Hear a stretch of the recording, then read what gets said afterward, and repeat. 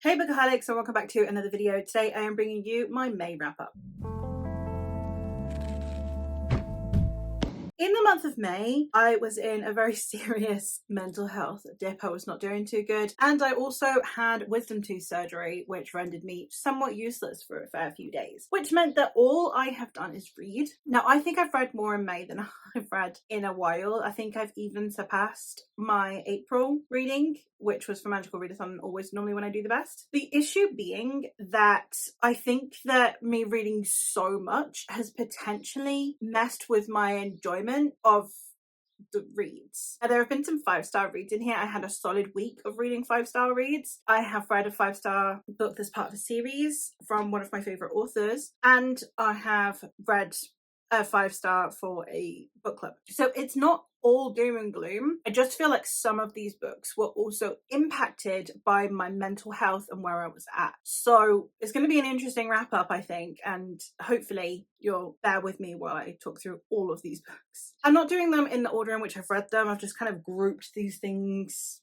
somewhat together so that then it's easier for you to find the vlogs. The first one I'm going to talk about is one that doesn't actually have a vlog for it because it was the week where I had my wisdom tooth removed, so naturally I didn't want to be on camera, and that is when I read The Coward and the Warrior by Stephen Arion. This duology is an epic fantasy duology that follows Kel Cressida, who was part of this group of men who went to go fight this evil in the north, and he was the sole survivor of the expedition. He has now been summoned again because a new evil seems to be arising, and they are hoping that he will once again undertake this task so that he might be able to ward off evil once more. And we are following him as he is kind of reluctantly forced into this journey. I really enjoyed Kel as a character. I really enjoyed the way that this series panned out. I gave book 1 5 stars and book 2 4.5. Basically, the way that I felt about these books is that book 1 delivered absolutely everything I wanted it to. I read it at exactly the right time because it's pacey and it's easy to get through, it's digestible, it's super visual as well. It's really easy for me to imagine, which all of Stephen Arion's books are, and it works really well for my brain. And I really loved the cast of characters that we had. Book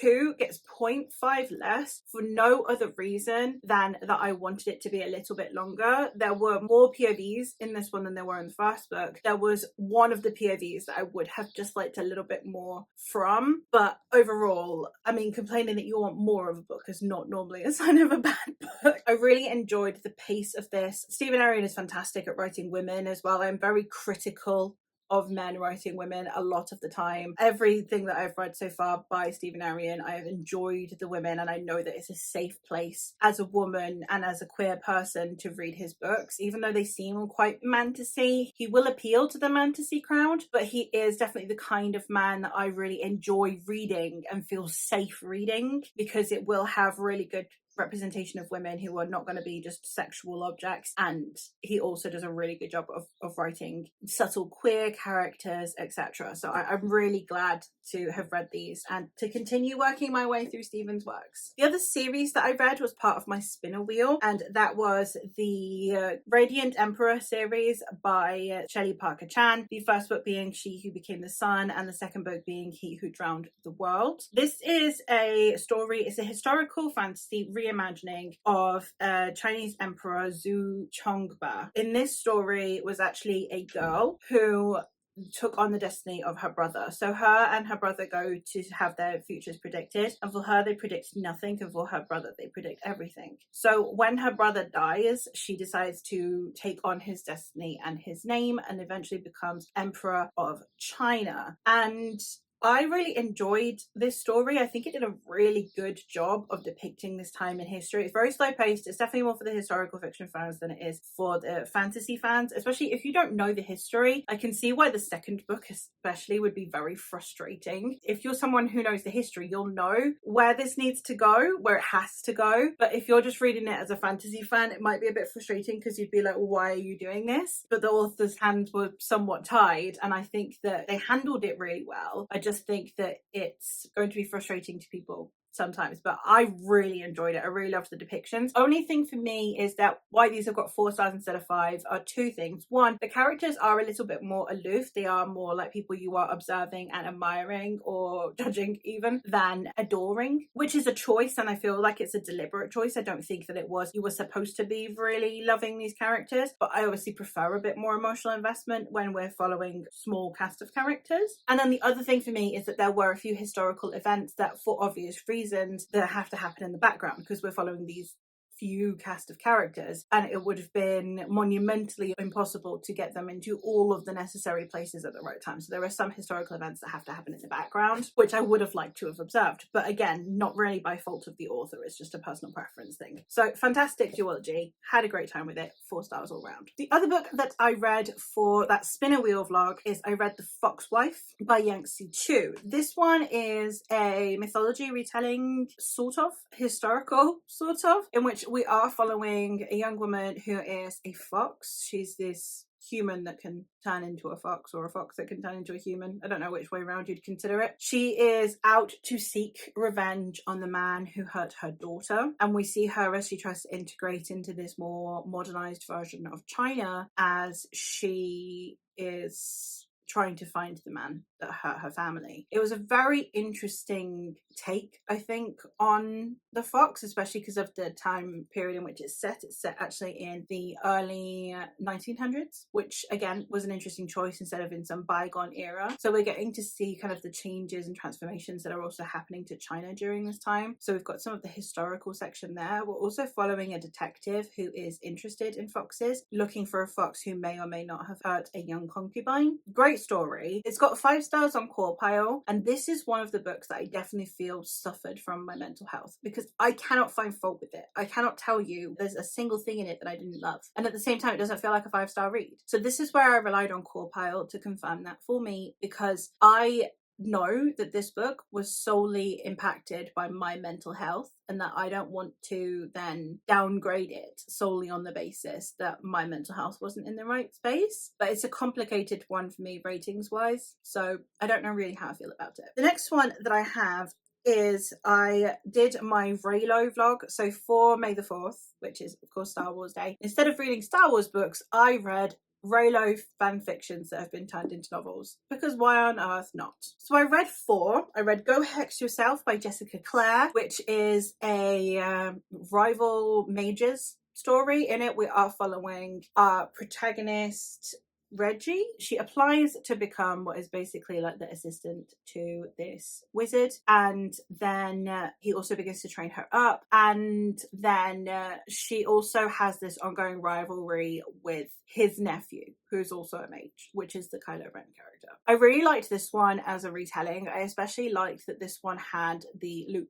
Skywalker character situation going on. I thought that was really well handled, because a lot of the others kind of ignore the Luke Skywalker part of it. It's normally more focused on just Rey and Kylo Ren. The dynamic there and the way that he is training her was very Luke and Rey coded as well, and I really did appreciate that we added more to it than just the romance elements of Rey and Kylo Ren. So this one actually was probably the most extensive of a retelling, in the sense that it incorporated more of the story. I did enjoy it. I had a good time with it. It's not a new favourite. I probably won't think about it for very long, but I did have fun with it while I was reading it, and this one got a 3.5 stars from me. The next one that I read was The Love Hypothesis by Ali Hazelwood. This one is the first of Ali Hazelwood's STEM romances, which means it is always focusing on a woman who is in sciences, technology, engineering, or mathematics. In this particular story, we are following Olive, who is a PhD candidate. She went on a few dates with this guy that she's no longer interested in, and her best friend wants to go on a date with him, but because of girl code, she's kind of refusing to do so, because you don't date your friend's exes. So Olive decides that she's going to pretend that she's on a date so that she can convince her friend that she's moved on and she doesn't care. She doesn't actually have a date, it's just pretend, so she decides to go to her lab and work instead. So when her friend walks in, Olive decides to just kiss the first guy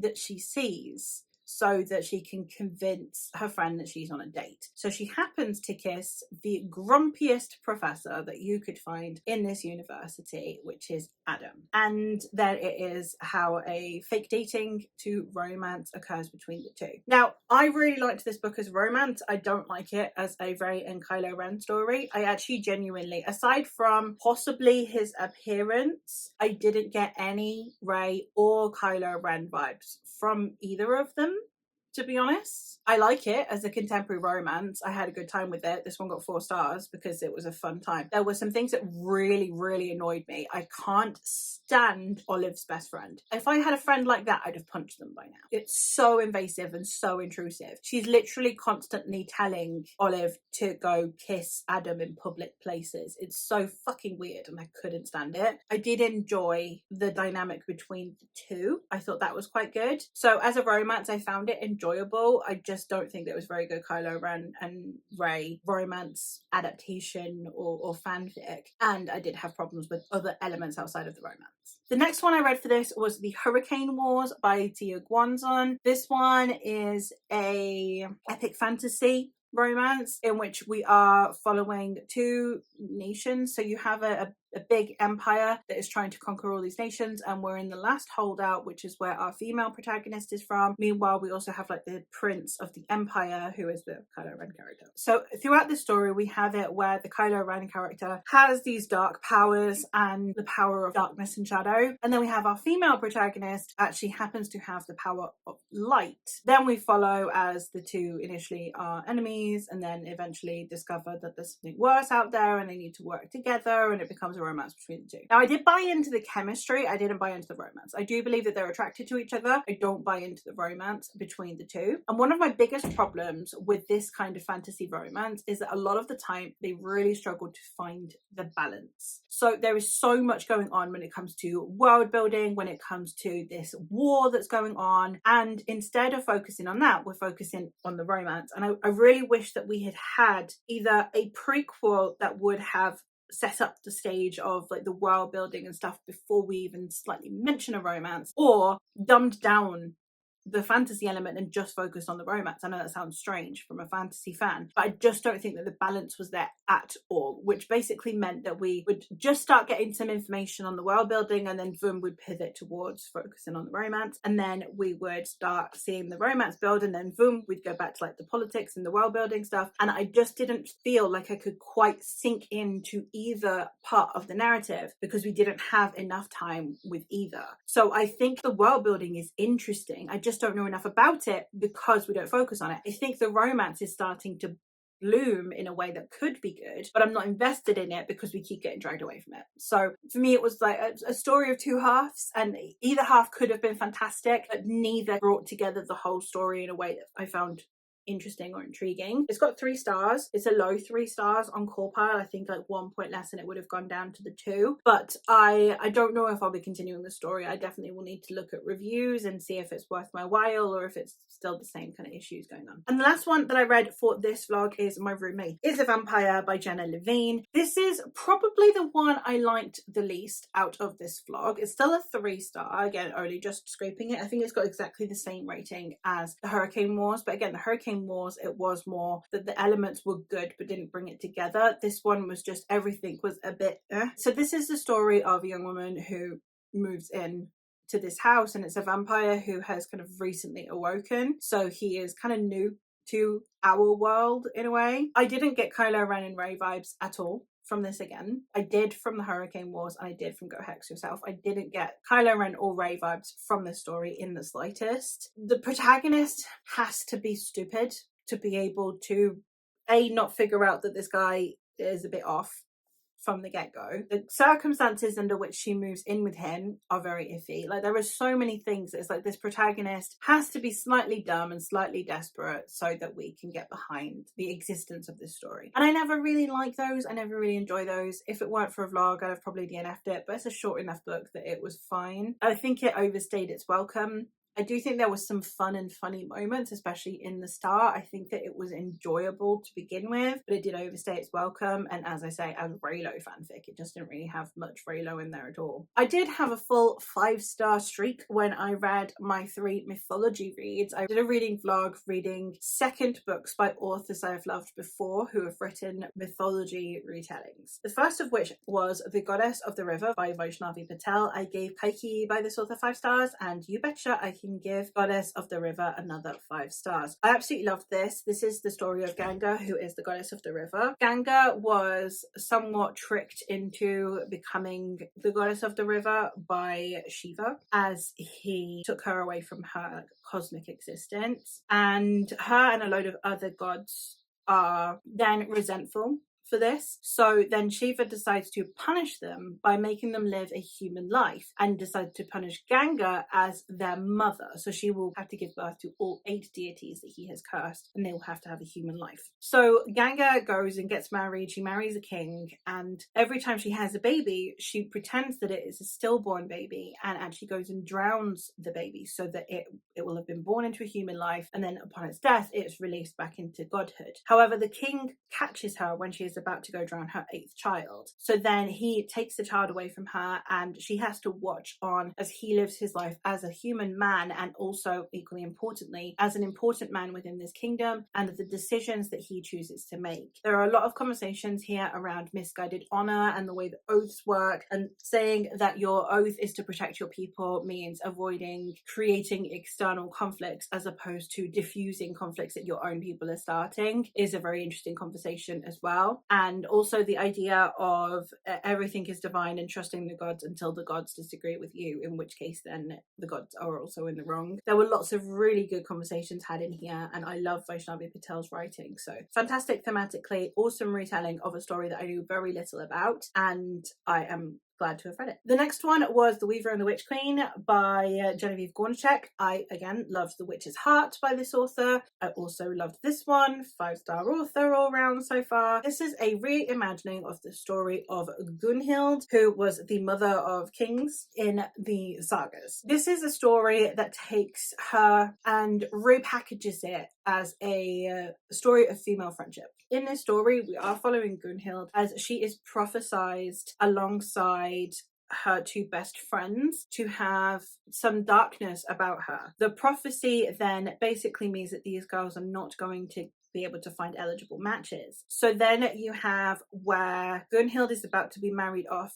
to this old man. So instead she flees with the seeress that prophesied her life. The other 2 sisters are left to live with their mother, and one learns to be a healer like her mother, and the other doesn't really see her purpose in life. So when something tragic happens and the sisters are separated, the older sister decides that she is going to set out to try and find her younger sister, and along the way they re-encounter Gunhild, and it goes on from there. I love the dynamic of friendship in here because it felt real, especially because it didn't feel like the toxic BFFs that you get in the early 2000s where you have a best friend that either one is an absolute asshole, yes, I'm looking at you, Princess Diaries, or friends that are so perfect to friend that their own needs do not matter and their sole existence is there to boost up and create conveniences for the protagonist. These felt like real friendships where they disagree, they argue, they love each other deeply, and they very much care about each other, and that's really important and pivotal to the story, is how close these girls are to each other, and I really did enjoy and appreciate that part of the narrative. And the last one that I have here is Song of the Huntress by Lucy Holland. I loved Sister Song by this author, so again, another 5-star author from me. And Song of the Huntress is a story, it is a combination of British folklore, mythology, history, and legend, all in one swoop. We have a reimagining of the Wild Hunt, we have mentions of Boudica, we have the history of Britain in the 8th century, and we also have depictions of Celtic mythology. So we have multiple plot lines. The first one is that of Herla, who is the head of the Wild Hunt, as she was basically cursed to do so by the Fae, which in this case is from Gwynethniaeth, and this one is the story of her. She sought out Gwynethniaeth to get help for Boudica so that they could defeat the Romans. However, she has now resurfaced with this army thinking she's going to help Boudica, and it's been hundreds of years. We are then also following her and her other lady warriors who are all going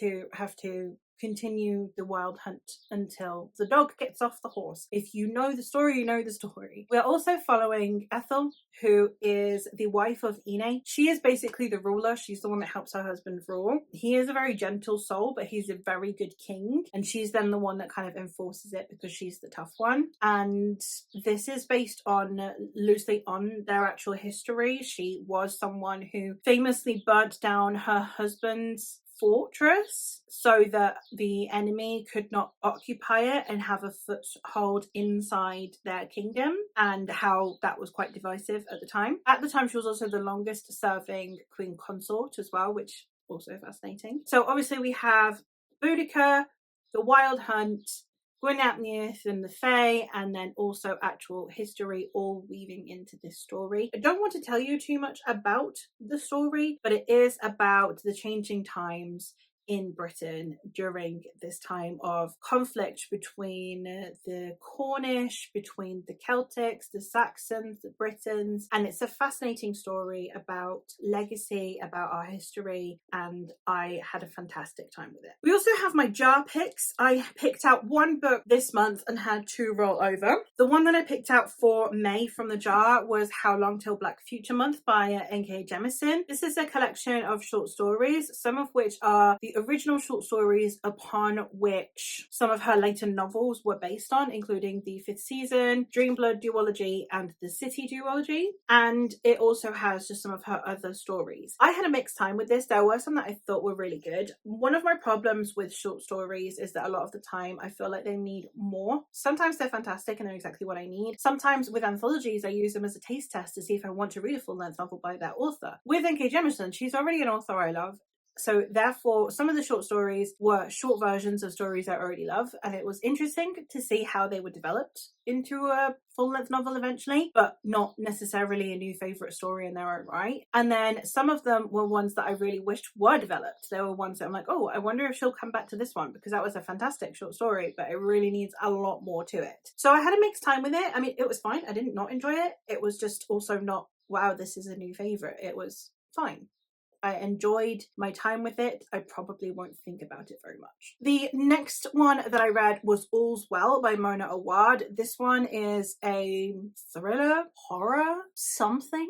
Mona Awad has a very interesting writing style because it doesn't feel like it's odd in like this really quirky, over the top kind of way. There's just this undertone to it where everything feels just a bit off in a way that I really enjoyed. In this story, we are following our protagonist, who is a teacher of drama at a university, and her job is kind of on the line, and she's decided that she wants to do All's Well That Ends Well by Shakespeare for the kind of like final play, and her students are arguing with her because they want to do Macbeth. And then a group of mysterious men come with the means not only to erase the chronic pain that she is suffering, but also to potentially help her get her own back on her students. And there's a part of it that you're not 100% sure if it's real, and there are bits there where you're like, I don't know what I just read, but at this, and it gets more and more horror filled as it goes on. Fantastic chronic pain depictions, which again, as someone who has chronic pain, it was a great depiction of it, especially when you see, for example, in the very beginning, you see her raging at commercials that talk about pain medication and stuff. So it was a very interesting story and I did really enjoy it, and I would recommend you read it, but I can't talk about it in a way that actually makes any sense because it's one that I think is best to go in knowing very little. I did enjoy it. I ended up giving it 4 stars. Another one that I read that I don't think I read in any vlogs either is The War of the Flowers by Tad Williams. I had a buddy read with this with my friend Chris over on my Discord. This one was an odd one because I really do appreciate Tad Williams' writing, and I think it was really well written, but I couldn't stand the protagonist. Like, he was the worst. And there is a part of it that is supposed to be that way. You can tell that he's supposed to be a jerk, but by God, was he insufferable to read. I didn't want to open the book again because I didn't want to be with this character. So this is a story of a young man whose grandfather wrote a story, and then he kind of gets roped into the land of this story because he's in a really depressive state. So then he gets roped into this land, and he gets taken by Applecore, who is this, she's like a fae. And then it's how the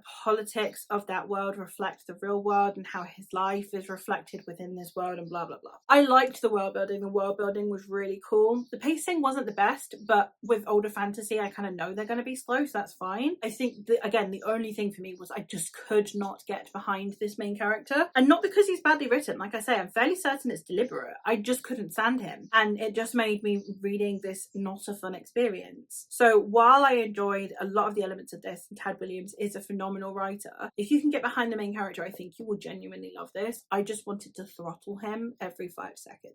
And the last category we're going to get into is book clubs and obligation reads of some kind. So I have 2 book club reads and an arc. First off, my series read along, which is the Soldier's Son series, and for April and May we had book 1, which is Shaman's Crossing. This I gave 3 stars, the same as I did last time. This is a series that I did DNF in the past. I have problems with this series, one of them being the fat phobia that is present, and the other being the protagonist himself. Much like with the Tad Williams one, I just find the protagonist difficult to root for and difficult to get behind. This story does also drag a little bit at the beginning, and it does get better once Nivar goes into an academy. But this is the story of Nivar, who is the second son of a second son, and therefore is going to be entered into the cavalry. It is a if the Wild West had a monarchy. I do like the world building in here, and I really love Epony, who is our protagonist's cousin, and she's a character that I really enjoyed reading. I'm not 100% sold on the depictions because it is a Wild West. You do have a bit of a colonizers versus Native Americans vibe to it, which also I wasn't a fan of, and I'm not sure how insensitive or not it is. I'm not gonna lie, it does make me a bit uncomfortable. So I'm unsure about this series, and I'm still unsure having read this first one. I DNF'd the second one, so we'll see if I can get past it and go a little bit further in the next one. It's not promising because I felt exactly the same way the first time as I did now. Another 5-star from me was Winter's Orbit by Everina Maxwell. I do have a dedicated spoiler vlog to this one. This was the sci-fi book for May. I'm doing a sci-fi summer, May through August. This was the first one of the picks. This is a male sci-fi romance. In it, we are following 2 men. We are following Prince Kiem, who is a bit of a disaster of a prince, and he is the grandson of the emperor, and he is not fussed about taking part in politics. He kind of just does like charities here and there, and a typical kind of like high society dude, until he's called in to a diplomatic marriage, given that his cousin Prince Tom has just passed away, and there is this big treaty that's about to happen. Someone needs to marry Tom's spouse so that the treaty can still go ahead. So they've taken Kiem to become the new husband for Tom's widow, Janan. It's a romance between the two. Content warning for domestic violence in here. There is depictions of it, and it is a bit much, and it can be very triggering. It's not done in any kind of gratuitous way, and it's not like over the top, but I think in a way that's what made it more raw for me. So do bear that in mind. But it was such a well-written story. I had such fun with it. I loved the romance between the two, but it had such a good balance of politics as well. So we have the sci-fi element of like space travel, etc. We have what feels like political fantasy when it comes to the politics, and it was kind of Ottoman in style, where you have this big empire and then vassal states that are basically not very autonomous. And then we also have this romance, this interesting setup of romance as well. So I really did enjoy the way that this story panned out. It's got miscommunication trope in here, and I loved it. Now, as someone who the miscommunication trope is the bane of my existence, the way the miscommunication works in here, it was perfect, because it's just because they don't know each other, they don't know how to read each other because they've just been forced into this marriage and they've met like twice before. And I love that, and I had a great time with it, and I can't wait to read more by this author.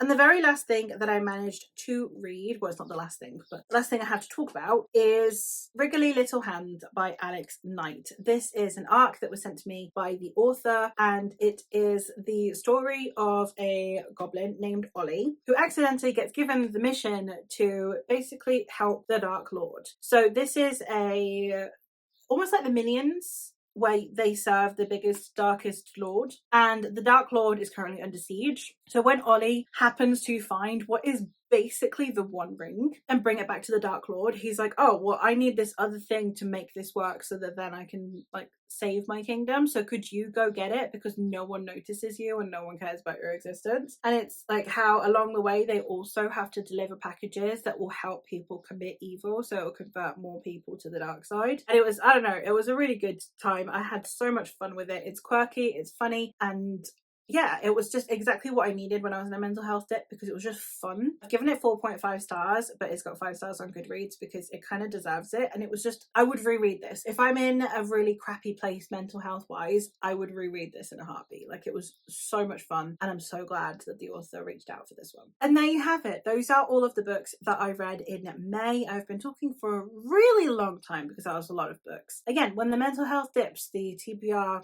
gets a boost. But let me know if you've read any of these and your thoughts on them. Let me know what the best book that you read in May was. If based on my liking of some of these books you have any other recommendations, also leave them down below, and I will hopefully catch you in another video soon. Bye!